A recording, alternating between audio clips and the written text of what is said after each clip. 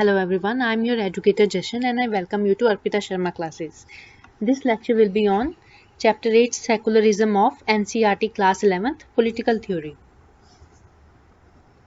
Students, you can subscribe to Arpita Sharma classes for daily The Hindu news analysis, important international organizations, daily MCQs for prelims preparation, strategy classes for UPSC, CSE, polity classes and much more.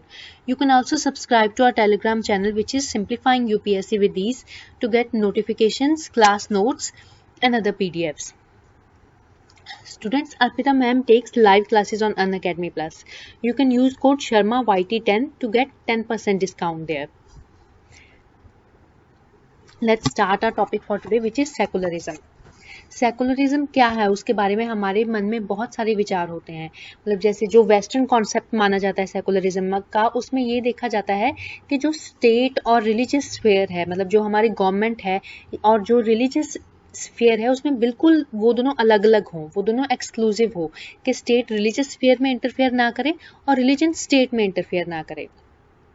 उसके विपरीत जो Indian definition है वो ये बोला जाता है कि Indian secularism is based on equal respect for all the religions. ठीक है, वो म्यूचुअली एक्सक्लूसिव नहीं है. ऐसा नहीं है कि स्टेट बिल्कुल ही इंटरफेयर नहीं करेगी रिलीजन में, लेकिन वो जितने भी रिलीजन्स हैं इंडिया में उनको इक्वल रिस्पेक्ट देगी. ठीक है, तो सेकुलरिज्म क्यों एक इम्पॉर्टेंट हमारा पॉलिटिकल कॉन्सेप्ट के रूप में सामने आया है, उसके लिए हम पहले देखेंगे कि रिलीजियस डोमिनेशन क्या होती है. ठीक है, फर्स्ट है इंटर रिलीजियस डोमिनेशन. ठीक है, इसमें क्या होता है कि जब किसी सोसाइटी में एक से ज़्यादा रिलीजन होते हैं, तो अगर जो मेजॉरिटी रिलीजन है वो किसी माइनॉरिटी रिलीजन को डोमिनेट करे, उस कम्युनिटी को, एक पर्टिकुलर कम्युनिटी को टारगेट किया जाए या विक्टिमाइज किया जाए on account of their religious identity. जैसे क्या था नाजी रिजीम में, जो ज्यूज थे उनको अपने क्या कहते हैं हम, उनको अपने रिलीजन की वजह से टारगेट किया गया था, विक्टिमाइज किया गया था.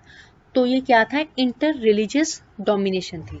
उसी तरह से इंडिया में भी बहुत बार ये जो इंटर रिलीजियस डोमिनेशन की एलिगेशंस लगते ही रहे हैं, और बहुत बार ऐसा हुआ है कि माइनॉरिटी कम्युनिटी जो है, अलग अलग माइनॉरिटी कम्युनिटीज़ जो हैं वो टारगेट की गई हैं उनकी रिलीजन की वजह से. जैसे जो 1984 एंटी सिख राइट्स थे वो भी इंटर रिलीजियस डोमिनेशन में आएंगे, या 2001 में जो एंटी मुस्लिम राइट्स हुए थे वो भी इस इंटर रिलीजियस डोमिनेशन में आएंगे.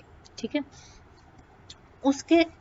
उसके मतलब जो सेकंड कॉन्सेप्ट है वो है इंट्रा रिलीजियस डोमिनेशन, कि रिलीजन एक ही है लेकिन उसमें से कुछ सेक्शंस ऑफ पॉपुलेशन कुछ दूसरे सेक्शन ऑफ पॉपुलेशन को विक्टिमाइज कर रहे हैं, उनको डोमिनेट कर रहे हैं.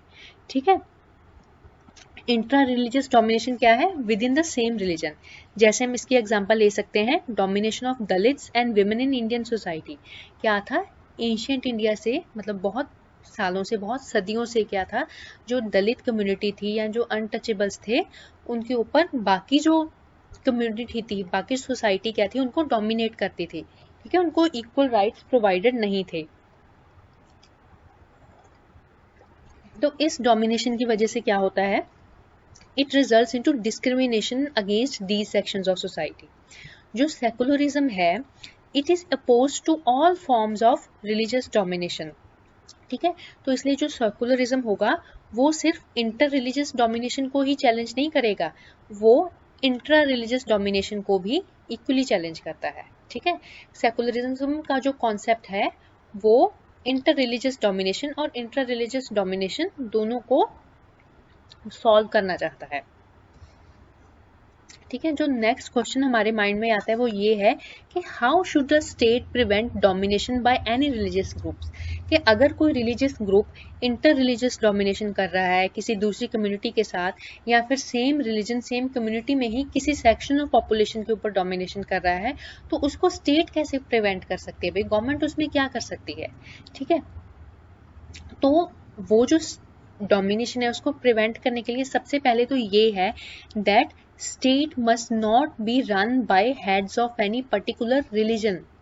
ऐसा ना हो कि जो स्टेट है उसको खुद ही कोई ना कोई रिलीजन चला रहा है. ठीक है, ऐसी सिटीजन जो कि एक पर्टिकुलर रिलीजन के हेड द्वारा चलाई जाती है, ऐसी स्टेट जिसे कोई रिलीजियस हेड चलाता है उस स्टेट को बोला जाता है थियोक्रेटिक स्टेट, ठीक है, जिसको कोई रिलीजियस हेड चलाता है। जैसे फॉर एग्जांपल क्या है, PayPal states in Europe, Italy में जो है इन मिडिवल टाइम्स में थी, या फिर क्या था, अगर तालिबान कंट्रोल्ड स्टेट में की बात करें तो उसमें क्या है, एक रिलीजियस हेड होगा जो कि स्टेट को चलाएगा, ठीक है। इसमें क्या होता है स्टूडेंट्स, इसमें रिलीजियस और पॉलिटिकल इंस्टीट्यूशंस में ना फर्क नहीं होता ज़्यादा, ठीक है। तो ये जो थियोक्रेटिक स्टेट है इसमें क्या होता है कि जो बाकी रिलीजियस ग्रुप्स हैं ना उनके मेंबर्स को के ऊपर ऑपरेशन किया जाता है और उनको बहुत बार फ्रीडम ऑफ रिलीजन नहीं मिलता, कि जो थियोक्रेटिक स्टेट का रिलीजन है ये बोला जाता है कि वही रिलीजन आप फॉलो करो, नहीं तो बाकी रिलीजन्स को फॉलो करने की फ्रीडम नहीं है। जैसे जो तालिबान अपनी स्टेट बनाना चाहते थे, या ISIS जो कहती है कि हम एक स्टेट बनाएंगे, तो उनका कॉन्सेप्ट क्या है कि और कोई रिलीजन रहे ही ना उस एरिया में, ठीक है। तो अगर हम पीस फ्रीडम इक्वालिटी को वैल्यू करते हैं तो उस केस में क्या है, रिलीजियस इंस्टीट्यूशंस और स्टेट इंस्टीट्यूशंस सेपरेट होनी चाहिए, ठीक है। रिलीजियस इंस्टीट्यूशन अलग होनी चाहिए, चर्च या बाकी रिलीजन के जो सिंबल्स हैं वो अलग होने चाहिए, और स्टेट के जो इंस्टीट्यूशंस हैं वो अलग होने चाहिए। ऐसा ना हो कि रिलीजियस इंस्टीट्यूशन का हेड ही स्टेट चला रहा है, ठीक है। कुछ लोग ऐसा सोचते हैं कि अगर हम स्टेट और रिलीजन को सेपरेट कर दें तभी सेकुलर स्टेट आ जाएगा, ठीक है। नहीं, ऐसा ज़रूरी नहीं है, ठीक है, क्योंकि क्या होता है कि बहुत सारी स्टेट्स होती हैं नॉन थियोक्रेटिक होती हैं। नॉन थियोक्रेटिक मतलब उस स्टेट को कोई रिलीजियस हेड नहीं चला रहा, लेकिन फिर भी क्या है, वो स्टेट्स एक क्लोज अलायंस रखती हैं एक पर्टिकुलर रिलीजन के साथ, ठीक है, कि है तो स्टेट अलग ही, कोई रिलीजियस हेड उसे चला नहीं रहा, लेकिन उनकी एसोसिएशन है एक पर्टिकुलर रिलीजन के साथ। जैसे अगर हम 16th सेंचुरी ये इसकी इंग्लैंड की बात करें, जो गवर्नमेंट थी उसको प्रीस्ट नहीं चलाते थे, मतलब रिलीजियस हेड्स नहीं चलाते थे, लेकिन क्या था, जो इंग्लैंड की गवर्नमेंट थी वो क्लियरली फेवर करती थी एंग्लिकन चर्च को, ठीक है। तो मतलब क्या था, उनका एक क्लियरली बेंट ऑफ माइंड था एंग्लिकन चर्च के टुवर्ड्स, ठीक है। तो उस केस में क्या था, England had an established Anglican religion which was it's official religion of the states, ठीक है। तो उसमें क्या था, उस टाइम इंग्लैंड का एक ऑफिशियल रिलीजन ऑफ स्टेट था कि चाहे स्टेट और जो आपका है रिलीजन है वो अलग अलग है, लेकिन स्टेट ही एक ऑफिशियल रिलीजन बना के बैठी हुई है कि हमारी स्टेट का तो हमारे कंट्री का यही ऑफिशियल रिलीजन होगा। जैसे 16th सेंचुरी इंग्लैंड की बात की गई है, जैसे पाकिस्तान का केस है, ठीक है। पाकिस्तान का भी अपना एक स्टेट रिलीजन है जो कि है सुन्नी इस्लाम। तो जो ऐसी स्टेट्स होती हैं कि जो क्लोज अलायंस भी रखती हैं, चाहे इंस्टीट्यूशंस अलग अलग है लेकिन अलायंस है, सच regimes may have little scope for internal dissent and religious equality। In regimes में इंटरनल डिसेंट को इनकरेज नहीं किया जाता, मतलब किसी को उस रिलीजन के अगेंस्ट बोलने ही नहीं दिया जाता, ठीक है। To be truly secular, a state must not only refuse to be theocratic, but also have no formal legal alliance with any religion। इसलिए पूर्ण रूप में सेकुलर होने के लिए ये तो जरूरी है ही कि स्टेट थियोक्रेटिक ना हो, कि रिलीजियस हेड ही स्टेट का हेड ना हो, ठीक है। इसके साथ ये भी जरूरी है कि जो स्टेट है उसका कुछ फॉर्मल और लीगल अलायंस ना हो किसी रिलीजन के साथ, ठीक है। उसके साथ ही स्टूडेंट्स एक बात बहुत जरूरी है कि secular state must be committed to some principles and goals which are derived from non religious sources, कि स्टेट के कुछ अपने प्रिंसिपल्स एंड गोल्स होने चाहिए जो कि रिलीजन से डिराइव ना किए गए हों। कैसे गोल्स हो सकते हैं वो, जैसे peace, religious freedom, freedom from religiously grounded operation, discrimination, exclusion etcetera, ठीक है, और इंटर रिलीजियस और इंट्रा रिलीजियस इक्वालिटी लेकर आना। जैसे अगर हम ध्यान से देखें तो जो ये सारे हमारे जो प्रिंसिपल्स हैं वो हमारे कॉन्स्टिट्यूशन में इंश्राइंड हैं, ठीक है। तो आगे हम डिस्कस करते हैं कि वेस्टर्न मॉडल ऑफ सेकुलरिज्म और इंडियन मॉडल ऑफ सेकुलरिज्म क्या है। स्टूडेंट्स ये तो हमने देख लिया कि सेकुलरिज्म क्या है, कि थियोक्रेटिक ना हो स्टेट, और साथ ही उसका कुछ लीगल अलायंस ना हो किसी रिलीजन के साथ, और साथ ही साथ कुछ प्रिंसिपल्स होने चाहिए जिसके लिए वो स्टेट कमिटेड हो। तो वो तो अगर हम देखेंगे कि अमेरिका भी है ऐसा और इंडिया भी है ऐसा और बाकी भी बहुत कंट्रीज होंगे ऐसे, तो लेकिन जो उनके सेकुलरिज्म की परिभाषा है, डेफिनेशन है सेकुलरिज्म की, वो अलग अलग है। ठीक है, तो इसमें जो ऑथर है वो भी यही कहना चाहता है कि सेकुलरिज्म का मतलब ये नहीं है कि एक फिक्स्ड सेट ऑफ प्रिंसिपल्स ही हैं जो हर कंट्री को फॉलो करने हैं। Each country can have a different set of principles, मतलब वो उसका सेकुलरिज्म का मॉडल अलग अलग हो सकता है। तो पहले हम वेस्टर्न मॉडल ऑफ सेकुलरिज्म देखते हैं, फिर इंडियन मॉडल देखेंगे। जो वेस्टर्न मॉडल ऑफ सेकुलरिज्म है, it relies on mutual exclusion between state and religion, के स्टेट और रिलीजन, गवर्नमेंट जो है और रिलीजन जो है, ये बिल्कुल अलग अलग स्फेयर्स हैं। ठीक है, जो स्टेट है, गवर्नमेंट है, उसको रिलीजन के किसी अफेयर में इंटरफेयर नहीं करना और साथ ही रिलीजन को स्टेट के किसी अफेयर में इंटरफेयर नहीं करना है। ठीक है, जैसे क्या है कि स्टेट की कोई भी पॉलिसी ऐसी नहीं होनी चाहिए जिसका कुछ रिलीजियस रैशनेल हो। ठीक है, और उसके साथ ही कुछ रिलीजियस क्लासिफिकेशन भी ऐसी नहीं होनी चाहिए जो कि पब्लिक पॉलिसी का बेसिस हो। ठीक है, उसके साथ क्या है कि जो स्टेट है, क्योंकि उन्होंने म्यूचुअल एक्सक्लूजन फॉलो करना है, इसलिए स्टेट किसी भी रिलीजियस इंस्टीट्यूशन को फाइनेंशियल सपोर्ट भी नहीं दे सकती। ठीक है, अगर कोई रिलीजियस कम्युनिटी कोई एजुकेशनल इंस्टीट्यूशन भी बनाती है, चलाती है, तो उसको भी एड नहीं कर सकती। ठीक है, इसके ये तो हमने देख लिया कि वो किसी रिलीजियस इंस्टीट्यूशन को या किसी रिलीजियस सोसाइटी के द्वारा कोई एजुकेशनल इंस्टीट्यूशन चल रहा है उसको पैसे नहीं दे सकती। ठीक है, उसके साथ ही अगर कोई रिलीजियस कम्युनिटी जो है वो अपना कुछ एक्टिविटीज कर रही हैं, ठीक है, उनको भी वो हिंडर नहीं कर सकती है, मतलब उन्होंने बिल्कुल अलग अलग स्फीयर लेके चलना है।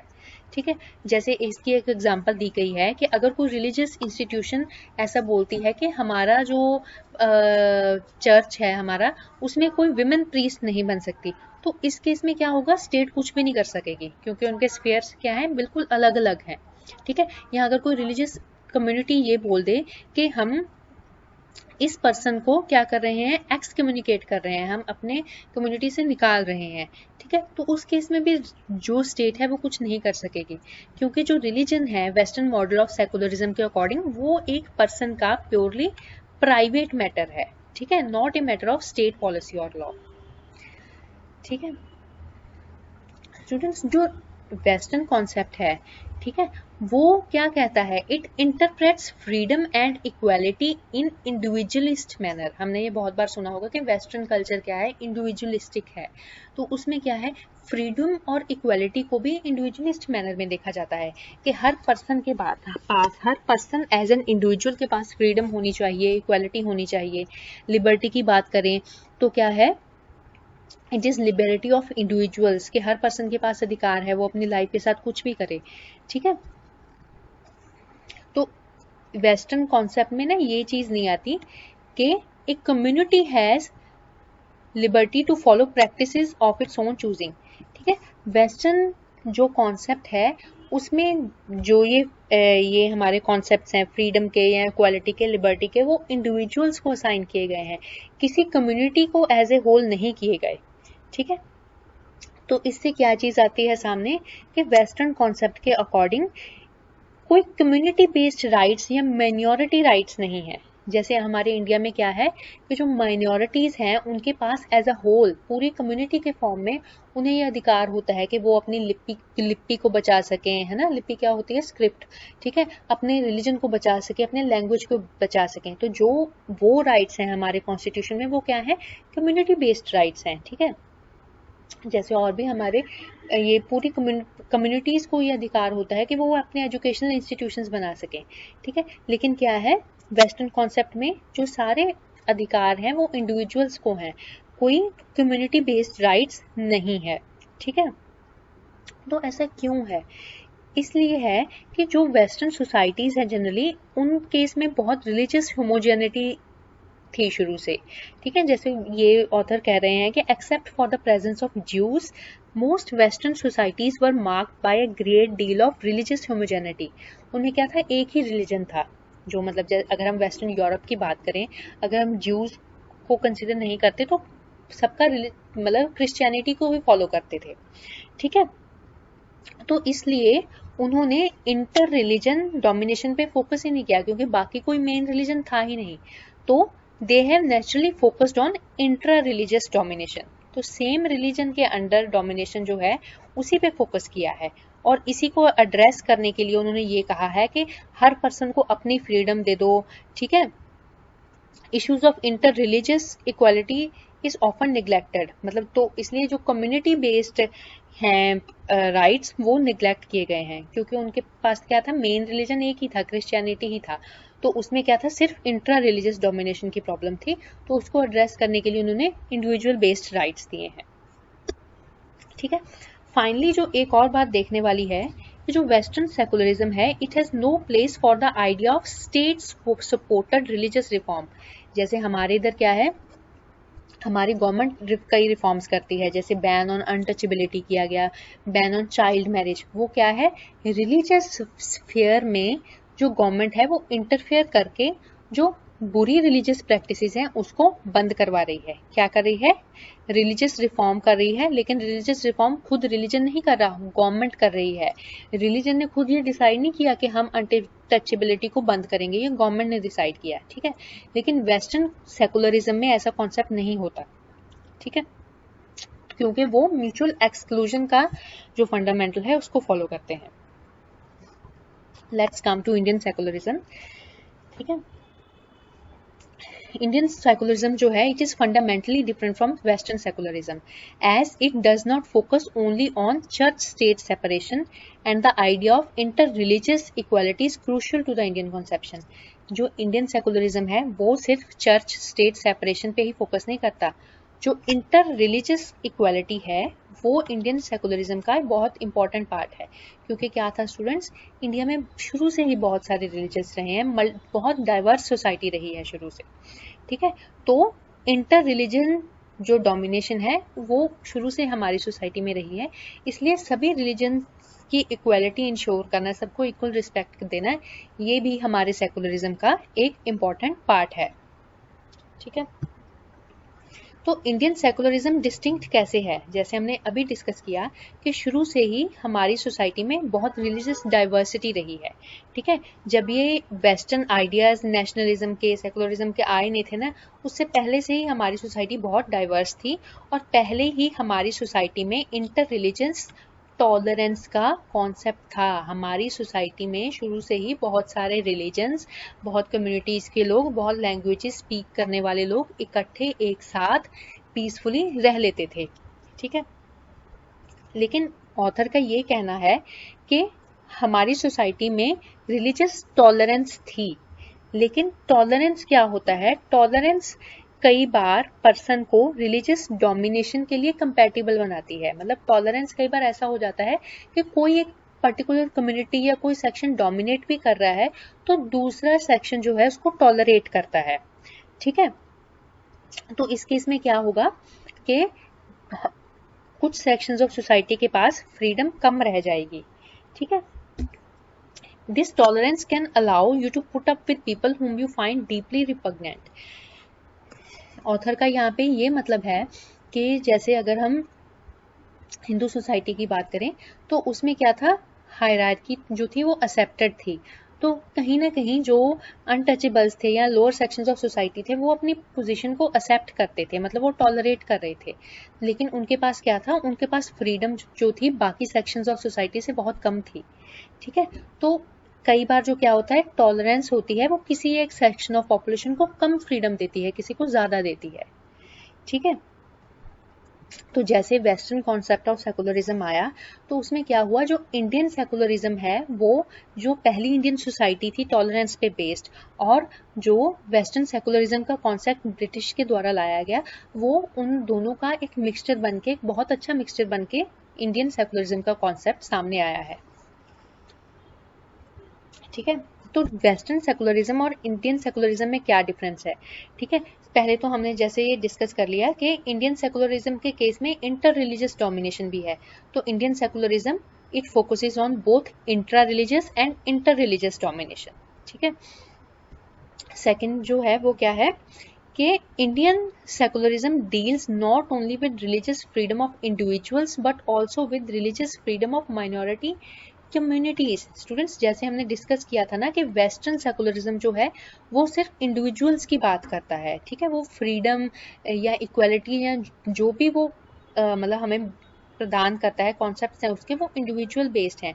लेकिन जो इंडियन सेकुलरिज्म है वो सिर्फ इंडिविजुअल्स को ही रिलीजन की, अपना धर्म चूज करने की फ्रीडम नहीं देता, वो माइनॉरिटी कम्युनिटीज को भी रिलीजियस फ्रीडम देता है, ठीक है। इसमें क्या है, an individual has the right to profess the religion of his own choice, likewise religious minorities also have the right to exist and maintain their own culture and educational institutions। ठीक है, कि इंडिविजुअल के पास अपना religion choose करने का right तो है ही, जैसे वेस्टर्न सेकुलरिज्म में है, ठीक है। इसके साथ ही जो माइनॉरिटीज हैं उनके पास भी ये अधिकार है कि वो अपने कल्चर को मेंटेन कर सकें, ठीक है, अपनी स्क्रिप्ट को मेंटेन कर सकें और अपने खुद के एजुकेशनल इंस्टीट्यूशंस बना सकें, ठीक है। थर्ड जो है ये भी हम थोड़ा डिस्कस कर चुके हैं कि Indian secularism has made room for and is compatible with the idea of state sponsor supported religious reform. जो इंडियन सेकुलरिज्म है वो स्टेट सपोर्टेड रिलीजियस रिफॉर्म को कंपैटिबिलिटी देता है, उसको मतलब एक्सेप्ट करता है। स्टेट सपोर्टेड रिलीजियस रिफॉर्म क्या है कि रिलीजन में रिफॉर्म हो रहे हैं, रिलीजन के कुछ कॉन्सेप्ट चेंज किए जा रहे हैं, किसके द्वारा, स्टेट के द्वारा, ठीक है। फॉर एग्जाम्पल क्या है, Indian constitution has banned untouchability, ठीक है। Indian state has enacted several laws abolishing child marriage and lifting the taboo on intercaste marriages, ठीक है। तो क्या है, गवर्नमेंट के द्वारा, स्टेट के द्वारा रिलीजियस स्फीयर में इंटरफियर किया गया और जो कुछ बुरी प्रैक्टिसेस थी उनको बंद किया गया। तो इसमें क्या है, इंडियन सेकुलरिज्म जो क्या है, स्टेट सपोर्टेड रिफॉर्म को मान्यता दे रहा है। हमने क्या डिस्कस किया था, वेस्टर्न सेकुलरिज्म में स्टेट ऐसा नहीं कर सकती, वहां स्टेट और रिलीजन दोनों म्यूचुअली एक्सक्लूसिव है, ठीक है। इसके साथ ही क्या है, जो इंडियन सेकुलरिज्म है उसकी एक बहुत ही सोफिस्टिकेटेड पॉलिसी है रिलीजियस इक्वालिटी को लेकर, ठीक है। हम क्या कर सकते हैं, हमारे पास बहुत ऑप्शन है, इंडियन सेकुलरिज्म के पास बहुत ऑप्शन है कि ये क्या कर सकता है, ठीक है, ये रिलीजन के साथ डिसएंगेज भी कर सकता है, मतलब ये अपना स्फीयर अलग भी कर सकता है जैसे अमेरिका में होता है, और साथ के साथ ही इसके साथ एंगेज भी कर सकता है। एंगेज भी दो तरीके से कर सकता है, जैसे it can engage negatively to oppose religious tyranny, ठीक है।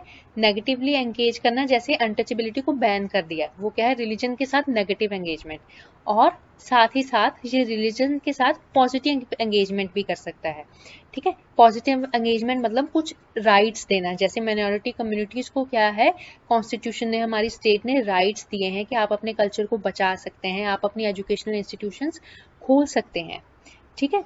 तो ये सारी कम्प्लेक्स स्ट्रेटेजीज अपनाई गई हैं इंडियन स्टेट के द्वारा पीस, फ्रीडम और इक्वालिटी को प्रमोट करने के लिए। स्टूडेंट्स, इस डिस्कशन के बाद हमें ये तो पता चल जाता है, ठीक है, कि जो फ्रेज है equal respect for all religions, वो भी पूरा इंडियन सेकुलरिज्म को डिफाइन नहीं करती। इंडियन सेकुलरिज्म जो है वो equal respect for all religion से कहीं ज्यादा है, ठीक है। उसके बाद हम कुछ क्रिटिसिज्म्स डिस्कस करते हैं इंडियन सेकुलरिज्म के, जो बहुत लोगों के द्वारा सामने लाए जाते हैं। सबसे पहला ये कहा जाता है कि जो इंडियन सेकुलरिज्म है वो एंटी रिलीजियस है। तो क्या है, सेकुलरिज्म एंटी रिलीजियस नहीं है, it is against institutionalised religious domination, ठीक है।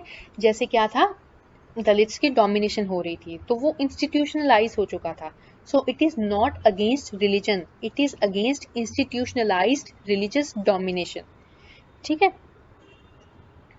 तो इसमें क्या है, बहुत बार कहा जाता है कि सेकुलरिज्म आपकी रिलीजियस आइडेंटिटी को क्या करता है, ये थ्रेटन कर रहा है, ठीक है। पर क्या है कि सेकुलरिज्म आपके रिलीजियस फ्रीडम और इक्वालिटी को प्रमोट करता है।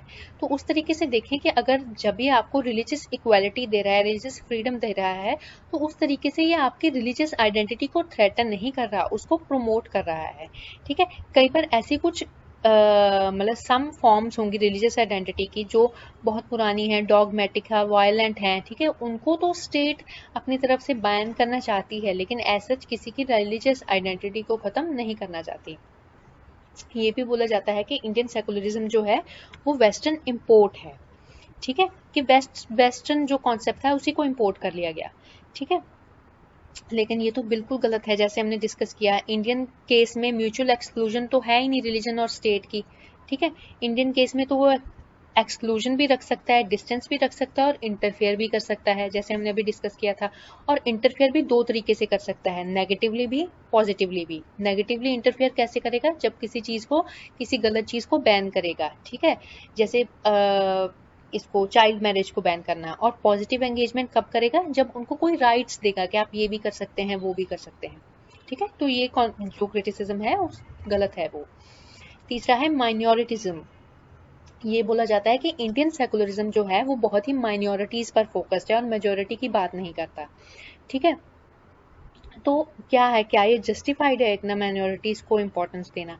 तो ये कॉन्स्टिट्यूशन मेकर्स का ये कहना है कि जब तक जो इंडियन सेकुलरिज्म का जो कॉन्सेप्ट है, अगर वो माइनॉरिटीज के फंडामेंटल राइट्स को जो है, फंडामेंटल इंटरेस्ट को प्रोटेक्ट करता है, तब तक इसमें कोई बुराई नहीं है, ठीक है। अगर हम माइनॉरिटीज को स्पेशल ट्रीटमेंट दे रहे हैं, मतलब दूसरे रिलीजन वालों को भी या इंट्रा रिलीजन के केस में दलित्स को भी, ठीक है, अगर उनको स्पेशल ट्रीटमेंट दी जा रही है, तो क्या है, उस स्पेशल ट्रीटमेंट इसलिए दी जा रही है ताकि वो बाकियों के बराबर आ सकें, ठीक है। तो ये उनके लिए स्पेशल प्रिविलेज नहीं है, just it's a way to bring them at par with other members. जो नेक्स्ट क्रिटिसिज्म है वो ये है कि इंटरवेंशनिस्ट है, बहुत इंटरवीन करता है जो इंडियन सेकुलरिज्म का कॉन्सेप्ट है, ठीक है। वो बात तो है ही कि जो नॉन इंटरफेरेंस है उसको तो इंडियन सेकुलरिज्म रिजेक्ट कर रहा है कि हम बिल्कुल ही रिलीजन से अलग रहेंगे, वो तो बात है नहीं, ठीक है। लेकिन इसका मतलब ये भी नहीं कि इंडियन सेकुलरिज्म एक्सेसिवली इंटरवेंशनिस्ट है, ठीक है। क्या है इंडियन सेकुलरिज्म? तो it permits state supported religious reforms but in case of very essential things, ठीक है। तो इसके साथ ही जो स्टेट सपोर्टेड रिफॉर्म है, ठीक है, उनको कोएर्सिव इंटरवेंशन नहीं मानना चाहिए, बिकॉज वो क्या है, वो तो सोसाइटी की भलाई के लिए ही है। नेक्स्ट है वोट बैंक पॉलिटिक्स। ये कहा जाता है कि रिलीजन को यूज करते हुए डिफरेंट डिफरेंट जो पॉलिटिकल लीडर्स हैं वो किसी एक कम्युनिटी की वोट लेते हैं, ठीक है। तो इसमें क्या है कि हाँ ये तो होता है, पर जब तक जो वोट बैंक पॉलिटिक्स है वो किसी एक सोशल ग्रुप के साथ बहुत ज़्यादा अन्याय नहीं करता, मतलब वो किसी के अगेंस्ट नहीं जाता, तब तक वोट बैंक पॉलिटिक्स मतलब इतना बुरा भी नहीं है। मतलब ये तो किसी न किसी चीज़ के द्वारा यूज़ करते हुए किसी न किसी चीज़ को वोट्स तो गैदर करी जाती हैं। अगर मतलब बाद में जैसे किसी पॉलिटिकल लीडर ने किसी पर्टिकुलर रिलीजन को बोला कि हम आपके लिए ऐसा करेंगे, अगर वो चीज़ उनको ज़रूरत ही थी और उससे वो बाकी कम्युनिटी को कोई नुकसान नहीं पहुंच रहा, तो फिर ये चीज़ इतनी डेंजरस नहीं है, ठीक है। लास्ट जो क्रिटिसिज्म है वो ये बोला जाता है कि जो इंडियन सेकुलरिज्म करना चाहता है वो एक इम्पॉसिबल प्रोजेक्ट है, कि इतने डिफरेंट कम्युनिटीज़ के लोग, डिफरेंट रिलीजन्स के लोग क्या है एक साथ इकट्ठा पीसफुली रह ही नहीं सकते। तो ये क्या है, ये एक एम्पिरिकली फॉल्स क्लेम है, क्योंकि शुरू से ही, सदियों से ही जो क्या है इंडियन सोसाइटी पीसफुली रहती आई है। वो हमारे शुरू से ही क्या था, बहुत डाइवर्स सोसाइटी थी, डिफरेंट रिलीजन्स थे, मतलब डिफरेंट अलग अलग चीज़ों को फॉलो करने वाली कम्युनिटीज़ थी, डिफरेंट लैंग्वेजेस थे, बट पीसफुल को एग्जिस्टेंस थी। तो ये वर्ल्ड में और भी बहुत जगह हुआ है, जैसे ओटोमन एम्पायर की भी बात करें, वहाँ पर भी बहुत डाइवर्स सोसाइटी पीसफुली रहती थी।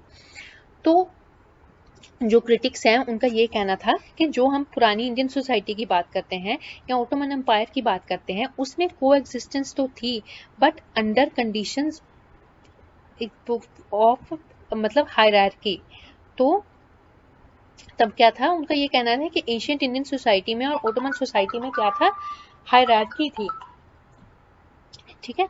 तो उनका ये कहना है कि this will not work today, क्योंकि क्या है कि आजकल जो डिफरेंट सेक्शंस ऑफ सोसाइटी है उनको हायरार्की में रखना इतना पॉसिबल नहीं है, क्योंकि क्या है, आजकल जो इक्वालिटी है that is becoming a dominant cultural value.